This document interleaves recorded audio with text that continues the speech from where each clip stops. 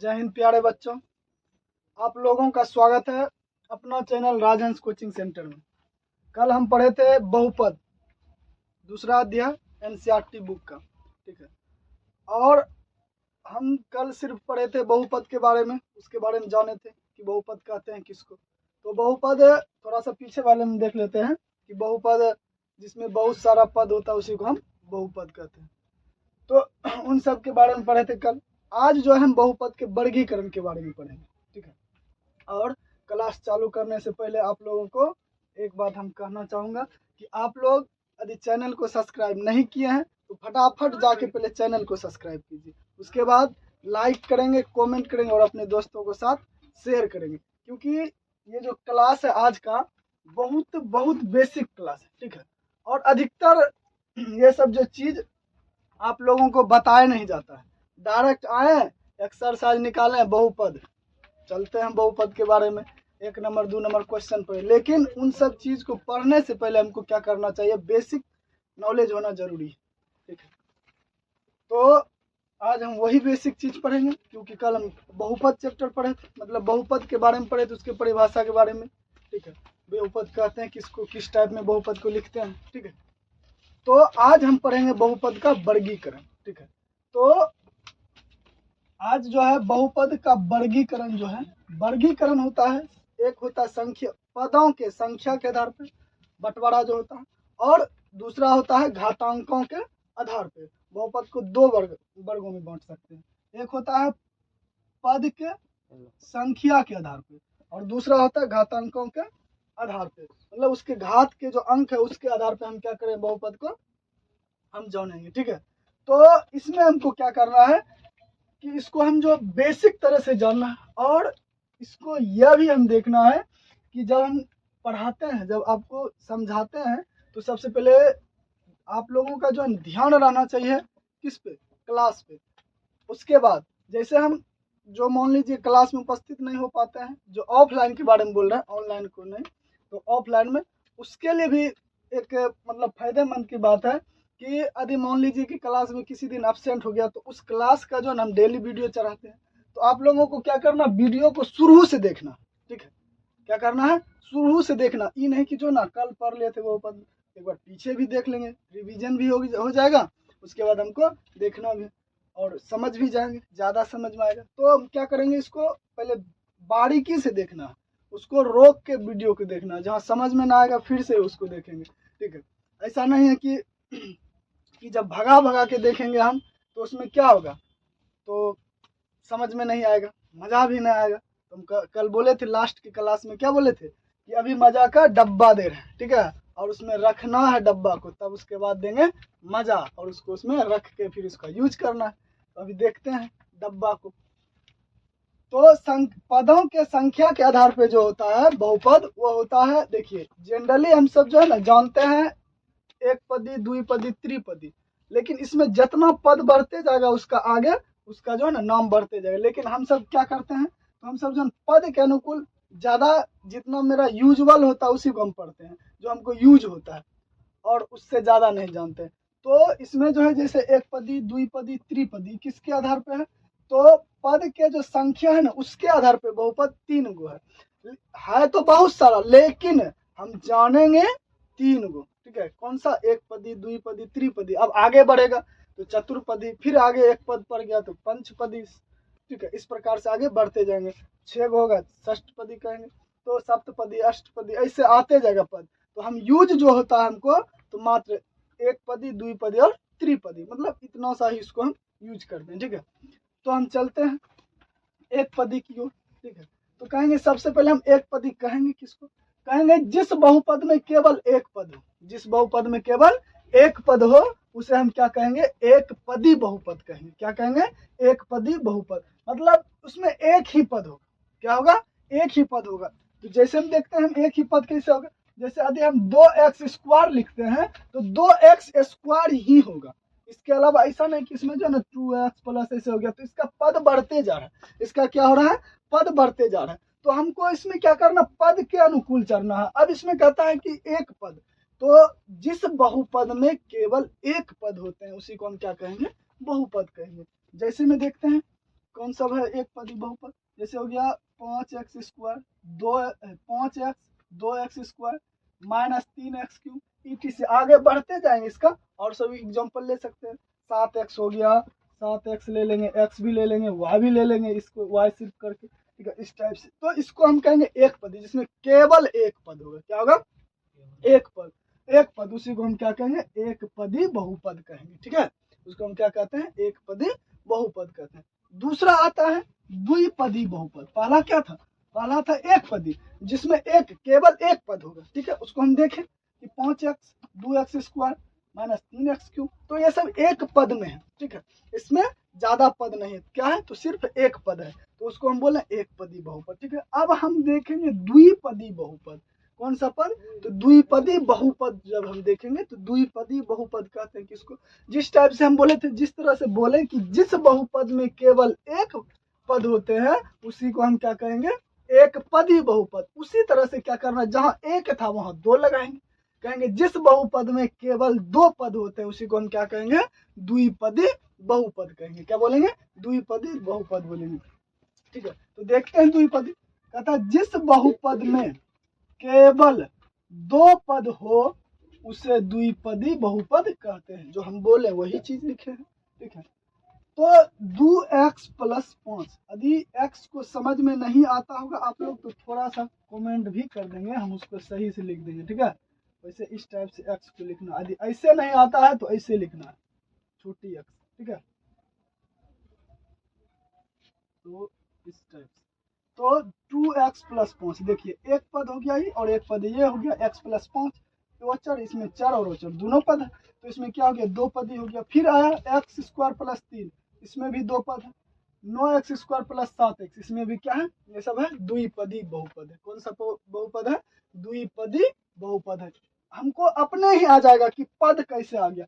जैसे यहाँ था कि 5x के बाद कुछ नहीं था, सिर्फ क्या था? 5x ही था। लेकिन द्विपद में क्या होता है? इसमें 5x या 2x के बाद दूसरा अंक आ गया, मतलब दूसरा पद आ गया, तो इसी को हम कहेंगे द्विपदी बहुपद। मतलब जिस बहुपद में केवल दो पद होते हैं उसे ही हम क्या कहेंगे? द्विपदी बहुपद कहते हैं, ठीक है। समझ गए? अब हम देखते हैं तीसरा बहुपद, मतलब त्रिपदी बहुपद, ठीक है। तो त्रिपदी बहुपद क्या कहेंगे? किसको कहेंगे त्रिपदी बहुपद? तो उसमें भी वही नियम, वही चीज बोलना है, ठीक है। उसमें भी हमको क्या करना? वही चीज बोलना है, ज्यादा कंफ्यूजन नहीं होना, बशर्ते हमको एक पदी बहुपद जो उसको सिर्फ बढ़िया से समझ जाना अच्छी तरह से, बस वही हमको जो सारा जो है ना लेक चल जाएगा मंजिल की ओर, ठीक है। और रास्ता यहीं से बन जाएगा और मंजिल की ओर हम दौड़ते हुए चल जाएंगे, बशर्ते थोड़ा सा समझना है एकाग्र होकर, ठीक है। तो त्रिपदी बहुपद कहेंगे जिस बहुपद में केवल तीन पद हो, जिस बहुपद में केवल तीन पद हो उसे ही हम क्या कहते हैं? त्रिपदी बहुपद कहते हैं। क्या कहते हैं? उसे हम क्या बोलते हैं? तो त्रिपदी बहुपद बोलते हैं। तो जिस टाइप से यहाँ देखे थे, यहाँ पे क्या है? 2x square minus 5x plus minus 7x plus 5 देखते हैं। 2x square minus 7x plus 5 देख रहे हैं। तो यहाँ पे देखे थे द्विपदी यहीं पे था, लेकिन अब क्या हो रहा है कि त्रिपदी में एक पद और जुड़ गया, उसमें ऐड हो गया, तो उसी को हम क्या कहेंगे? त्रिपदी बहुपद कहेंगे, ठीक है। तो इसी को हम क्या कहते हैं? त्रिपदी बहुपद। तो आप लोग इस यहाँ तक बहुत बेहद तरीके से समझ गए होंगे। और इसमें देखिए ये सब डिफिनेशन है और आप लोगों को थोड़ा सा समझना है तो इसको थोड़ा सा अच्छे से समझना है, इसलिए हम क्या करते हैं इसको लिख दिए कि आप लोग जो है देख लीजिएगा। सिर्फ मुंह से बोलने से कुछ मजा नहीं आता, ठीक है। जैसे देखते हैं मूवी सब तो उसको देखते हैं और सुनते हैं तब क्या आता है? मजा आता है। उसी टाइप से यहाँ भी तो हम मुंह से जो बोले तो उसमें सिर्फ सुनिएगा, ठीक है। अब देखिएगा नहीं है, सिर्फ हम ही को देखिएगा। इसीलिए हम क्या करते हैं? लिख दिए कि चल भाई, तो यदि लिख देते हैं तो आप लोगों को समझ में ज्यादा आएगा, ठीक है। इसलिए हम क्या कर दिए? लिख दिए। तो आप लोग यहाँ तक समझ गए। तो ये था संख्या के पदों के संख्या के आधार पे बहुपद। किसके आधार पे था? तो संख्या के पद के जो है संख्या के आधार पे जो बहुपद का वर्गीकरण किए थे, पहला स्टेप था या फर्स्ट इसको हम बोल सकते हैं, ठीक है। अब दूसरा आता है घातांकों के आधार पर बहुपद। किसके आधार पर? घातांकों के आधार पे बहुपद। इसमें भी घातांक के आधार पर भी जो है इसमें भी बहुत सारा बहुपद होता है। रैखिक, द्विघाती, त्रिघाती, चतुर्घाती, पंचघाती, षटघाती, सप्तघाती, अष्टघाती, इस प्रकार से होता है। मतलब जिसका घात बढ़ते जाएगा, 1 2 3 4 आगे बढ़ते जाएगा, जेकरा पर 4 होगा चतुर्घाती कहें, या 4 घात वाले बहुपद बोलेंगे, 5 होगा 5 घात वाले बोलेंगे, 6 होगा 6 घात वाले। तो इस टाइप से बढ़ते जाता है। लेकिन हम सब क्या करते हैं, पढ़ते हैं जो हमको, जो मेरे लिए क्या होता है, उपयोग होता है, ठीक है, जो हमको फायदामंद होता है, उसी को हम यूज करते हैं, उसी चीज को हम पढ़ते हैं। तो यहाँ पे क्या होता है कि यहाँ पे जो है ना 3 बहुपद है, ठीक है। इसमें हम क्या पढ़ते हैं, जनरली 3 ही जानते हैं, ठीक है। और तो जैसे घात बढ़ेगा उस प्रकार से उसको हम बहुपद का नाम देते जाएंगे, ठीक है।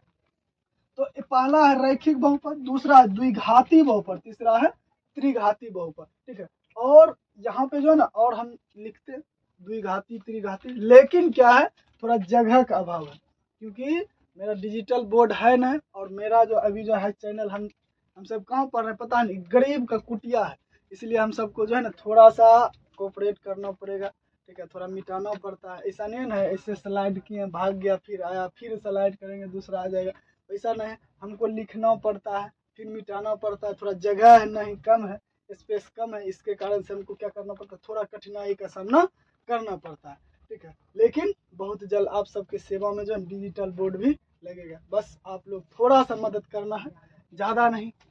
बस आप लोग का मदद क्या है, आपसे पैसा उसा हम मांग नहीं रहे हैं, हमको पैसा नहीं चाहिए, आप लोग को थोड़ा सा मदद है कि आप लोग सब्सक्राइब करेंगे, लाइक करेंगे, जितना ज़्यादा सब्सक्राइब करेंगे, जितना ज़्यादा आप लोग हमको सपोर्ट कीजिएगा, ठीक है। आज आप लोग पढ़ रहे हैं, यहाँ पे देख रहे हैं बोर्ड पे, व्हाइट बोर्ड पे, ठीक है। कल आपके लिए जो है ना आप सबके सेवा में आ जाएगा डिजिटल बोर्ड, लेकिन थोड़ा सा आप लोग भी मेहनत कीजिए, ठीक है।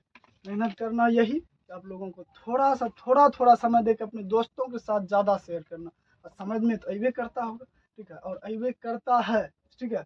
और ये सब चीज़ जो अधिकतर देखिएगा कि इस सब चीज़ का दर्शन नहीं होता, ठीक है। इसलिए आप लोगों के सेवा में इसको हम आज लाए हैं, और कल से ही लाए थे, ठीक है। ऐसा नहीं कि ऐसा करते डायरेक्ट एक्सरसाइज आपको बताते, इसमें ऐसा नहीं है। आप लोगों को थोड़ा बेसिक नया तौर तरीका से आप लोगों को पढ़ा देते हैं, ठीक है। तो इसलिए आप लोग क्या करेंगे, ज़्यादा से ज़्यादा शेयर करेंगे वीडियो को, और लाइक करेंगे, सब्सक्राइब करेंगे, और कमेंट भी करेंगे, ठीक है। तब ना हमको पता चलेगा कि हमारे लिए जो मेरा बच्चा लोग जो कितना मेहनत कर रहा है, और जब हम मेहनत करें तो मेरे प्रति भी बच्चा लोग मेहनत कर रहे हैं कि नहीं कर रहे, ठीक है। तो देखते हैं हम घातांकों के आधार पर बहुपद, ठीक है। तो अब देखते हैं घातांक के आधार पे, तो बताएं कि रैखिक बहुपद, द्विघाती बहुपद और त्रिघाती बहुपद। वैसे तो होता घात बढ़ते जाएगा, उसका जो क्या होगा, बहुपद का रूप बदलते जाएगा, ठीक है। अब हम देखेंगे रैखिक बहुपद। तो रैखिक बहुपद कहते हैं किसको, कहेंगे जिस बहुपद का घात 1 हो, जिस बहुपद का घात 1 हो उसे हम रैखिक बहुपद कहते हैं। मतलब रेखा में रहता है, किसमें रहता है, देखो रैखिक मतलब रेखा के अनुरूप रहेगा, रेखा जिस टाइप से रहता है ना, उसी तरह से क्या होगा, रैखिक बहुपद होगा। तो क्या कहेंगे, जिस बहुपद का घात 1 हो, जिस बहुपद का घात 1 हो उसे हम क्या कहेंगे, रैखिक बहुपद कहेंगे। देखते हैं यहाँ पे, जिस बहुपद का घात 1 हो उसे हम रैखिक बहुपद कहते हैं। तो रैखिक बहुपद जो है किस टाइप से होता है, यहाँ पे दिया एग्जांपल, लेकिन इधर भी देख लेते हैं, जैसे x+1। अब पूछिएगा घात कहाँ है सर जी, तो हम बोलेंगे सर जी घात जो है इसके कपार पे छुपल रहता है, क्योंकि एक दिखता नहीं सर जी, इसीलिए क्या होता है सर जी, एक जो है ना घात क्या होता है, एक घात इसके रूप इसके अंदर में छुपा रहता है। अब देखेंगे सर जी कि इसमें यह जो है एक रेखा की तरह दिखता है x+1 है।